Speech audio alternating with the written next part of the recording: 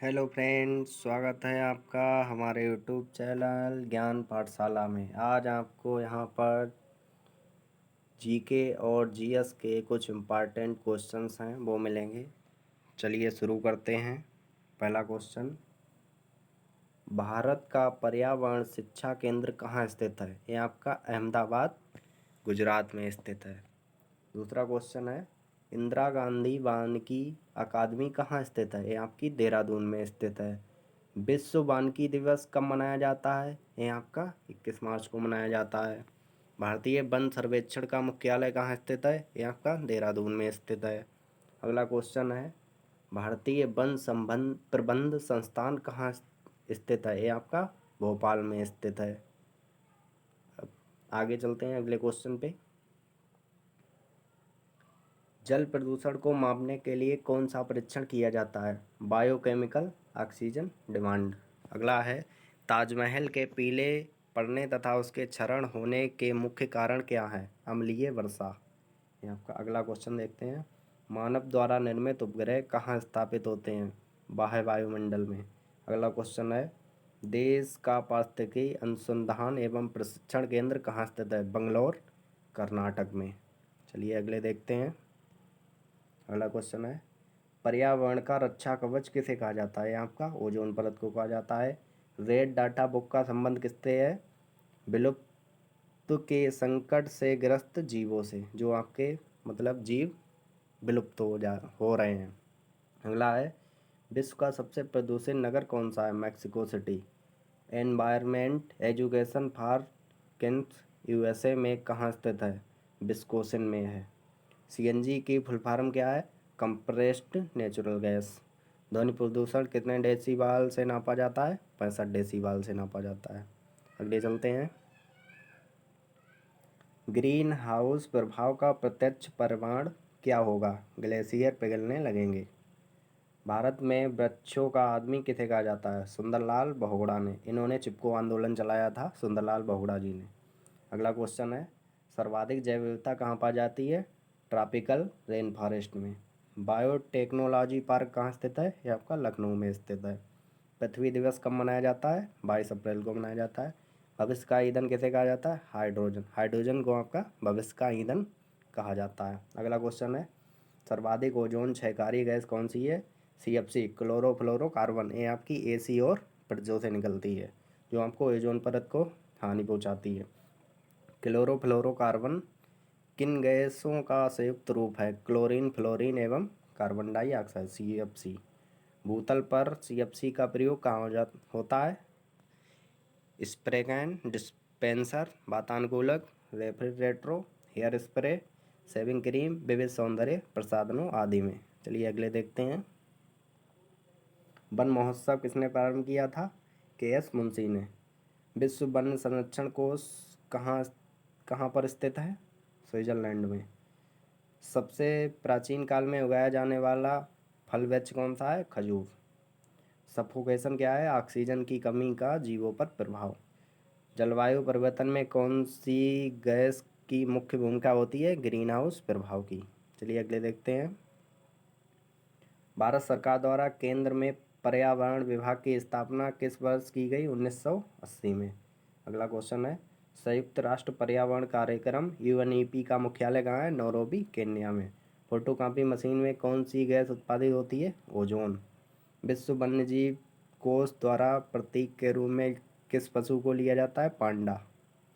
भारत का कौन सा राज्य टाइगर राज्य के नाम से जाना जाता है? मध्य प्रदेश। मध्य प्रदेश में आपके सबसे ज़्यादा टाइगर रिजर्व और सबसे ज़्यादा वन है मध्य प्रदेश में।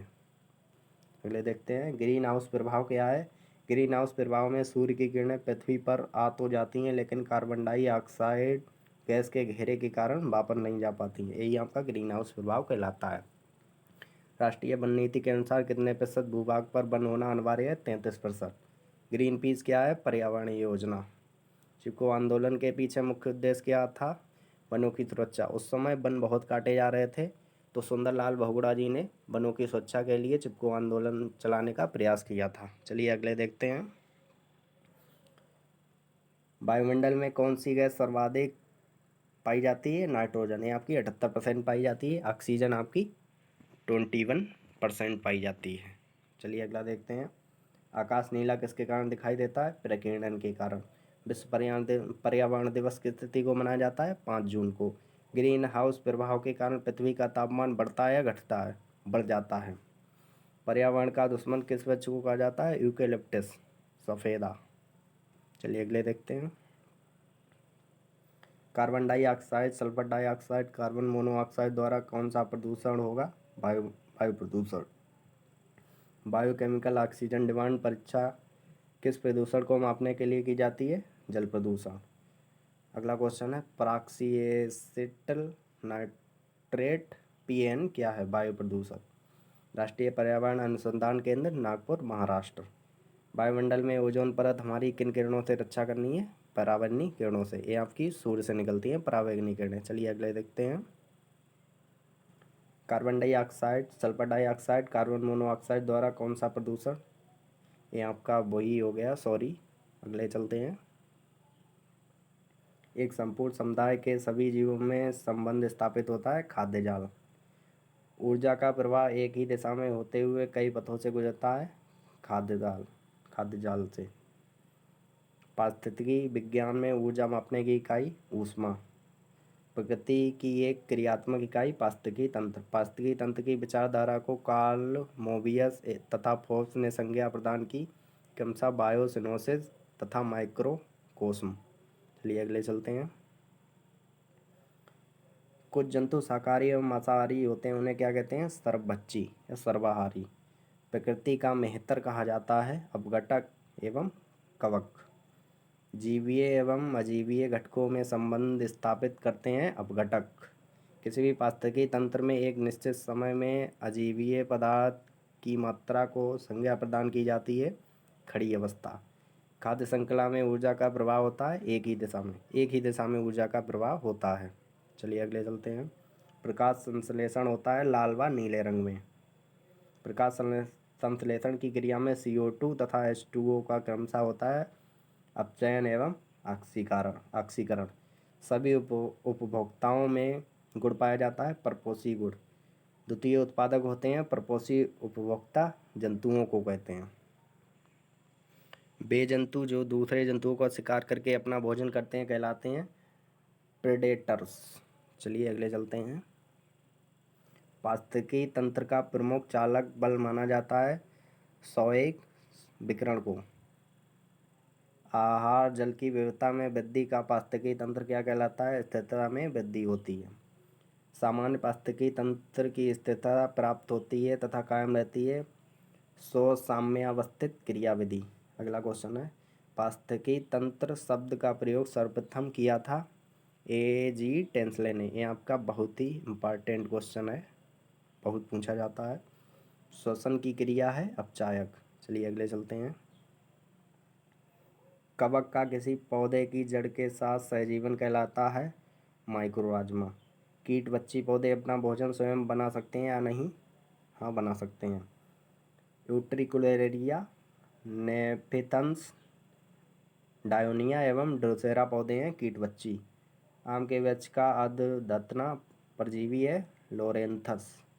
पारिस्थितिकी अध्ययन की आधारभूत इकाई है पारिस्थितिकी तंत्र। पारिस्थितिकी तंत्र की का प्रमुख चालक बल माना जाता है सौरेख विकिरण को। चलिए आगे चलते हैं। सर्वाधिक उर्वर मृदा एवं मिट्टी है दोमट मिट्टी एवं जलोढ़ मिट्टी। चूना प्रधान मृदा में उगने वाले पौधों को क्या कहा जाता है? कैल्सिकोल्स। सर्वाधिक कार्बनिक पदार्थ पाया जाता है पीट मृदा में। श्वसन मूल मिलता है मैंग्रोव वनस्पतियों में। पूर्ण मूल तथा स्तंभ परजीवी हैं क्रमशः औरवैंकी तथा अमरबेल। आगे चलते हैं। बाष्पोत्सर्जन क्रिया के लिए आवश्यक तत्व है पोटेशियम। वह मृदा जल जिसमें पौधे अपने जड़ों द्वारा अवशोषित करते हैं किसका जल? जल धारण क्षमता सर्वाधिक होती है मटियार मिट्टी में। जलाक्रांत मृदा में वनस्पतियां पाई जाती हैं मैंग्रोव। पौधों की वृद्धि तथा मृदा से पोषक तत्वों का अवशोषण सर्वाधिक पीएच मान होता है 6 से 7 पीएच मान। सर्वाधिक उर्वरता को धारण करने वाला मृदा कण है मटियार। चलिए आगे चलते हैं। अगला क्वेश्चन है, वायु द्वारा उड़कर दूसरे स्थान पर पहुंची मृदा कहलाती है बातोड़ मृदा। अधो मृदा मृदा के संस्तर को कहते हैं संस्तर बी। मृदा में औसतन कार्बनिक पदार्थ पाया जाता है 5%। प्राकृतिक आकर्षण है इंडोल एसिटिक एसिड। क्लोरोफिल के निर्माण के लिए अति आवश्यक तत्व है मैग्नीशियम। वायुमंडल में आर्गन गैस की मात्रा होती है 0.93%। पौधों की सभी पोषक तत्वों में युक्त कार्बनिक पदार्थ हामुस। भारत में अवनालिका क्षरण में सर्वाधिक प्रभावित होता है मालवा पठार क्षेत्र, ये आपका चंबल घाटी क्षेत्र है। संसार का सबसे बड़ा लोएस मैदान स्थित है चीन में। स्थायी बर्फ लाइन भारत में ऊंचाई है 4000 मीटर। अंकुरण के लिए बीजों को कम ताप पर रखना कहलाता है बसंतीकरण। मरुद्भिद पौधों में प्रायः पत्तियां बदल जाती हैं कांटों में। आर्द्रता को मापा जाता है सापेक्षिक आर्द्रता की प्रतिशत इकाई में। वनस्पतियों के सड़ने से गैस निकलती है मेथेन। मेथेन गैस आपकी मार्स गैस कहलाती है। इसका रासायनिक सूत्र CH4 होता है। इसका रासायनिक सूत्र CH4 होता है। चलिए आगे देखते हैं। विटामिन A, D तथा कैरोटीन के निर्माण में महत्वपूर्ण भूमिका होती है प्रकाश की। अल्पदीप्ति काली पौधे होते हैं तंबाकू एवं सोयाबीन। छाया प्रिय पौधों को कहते हैं हेलियोफोबस। एंजाइम क्रियाशीलता का सर्वोत्तम ताप है 25 से 30 डिग्री सेंटीग्रेड। एंजाइम का विकृतीकरण हो जाता है 60 से 70 डिग्री सेंटीग्रेड ताप पर। अल्पाइन वृक्ष भारत में मिलते हैं 3600 से 4000 मीटर ऊंचाई पर। चलिए आगे देखते हैं। अगला क्वेश्चन है, इकोलॉजी शब्द का प्रयोग सर्वप्रथम किया था अर्नेस्ट हैकेल ने 1869 में। पारिस्थितिकी के जनक की संज्ञा प्रदान की गई अर्नेस्ट हैकेल। पारिस्थितिकी के अंतर्गत पारस्परिक अध्ययन किया जाता है वातावरण एवं जीव समुदाय का। रंध्रों का खुलना और बंद होना निर्भर करता है प्रकाश पर। बाष्पोत्सर्जन की क्रिया होती है जैविकी आपकी होती है। सांस्कृतिक पर्यावरण के विभिन्न तत्वों का विकास एवं संवर्धन किस काल में संभव हुआ?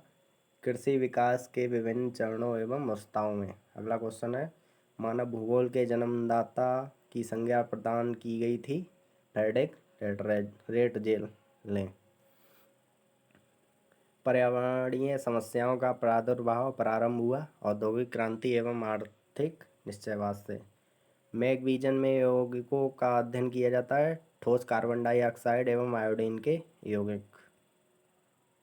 अगला क्वेश्चन है, मानव को सामूहिक जीवन प्रदान किया पशुपालन।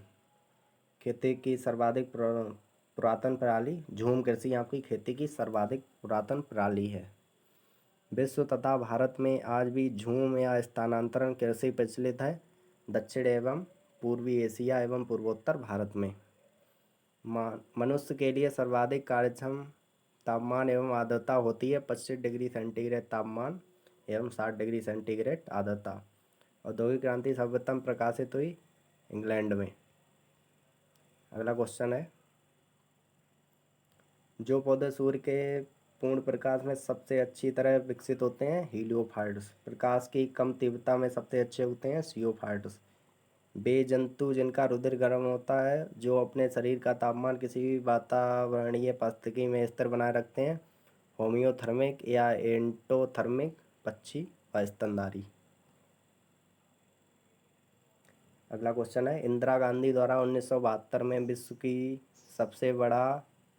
सबसे बड़ी वन्यजीव परियोजना प्रारंभ की गई थी वन्यजीव संरक्षण अधिनियम 1973। राष्ट्रीय हरित न्यायाधिकरण अधिनियम पारित किया 2010 को।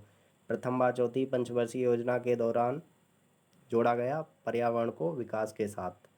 अगला क्वेश्चन है, एक भौमिकीय प्रक्रिया है अपक्षय।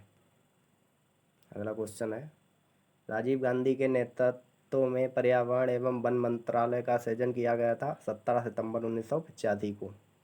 पर्यावरण संरक्षण अधिनियम पारित किया गया 1986 में। राजीव गांधी ने अपने शासनकाल में शुरू किया गंगा कार्य योजना 1985। चलिए आगे देखते हैं आपका। अभी आपके कुछ इम्पॉर्टेंट पॉइंट्स हैं। चलिए पहला पॉइंट्स है आपका, पहला पॉइंट्स है आपका, शुष्क बर्फ़ को ही ठोस कार्बन डाइऑक्साइड कहा जाता है। आपके शुष्क बर्फ़ होता है उसी को कार्बन डाइऑक्साइड कहा जाता है, ठोस कार्बन डाइऑक्साइड। दूसरा क्वेश्चन है, प्लेटिनियम को सफ़ेद स्वर्ण कहा जाता है। आगे चलते हैं। अगला क्वेश्चन है, मतदाताओं की उंगलियों में निशान के लिए सिल्वर नाइट्रेट लगाया जाता है। जब आपके वोट पड़ते हैं तो उंगलियों पे सिल्वर नाइट्रेट लगाया जाता है।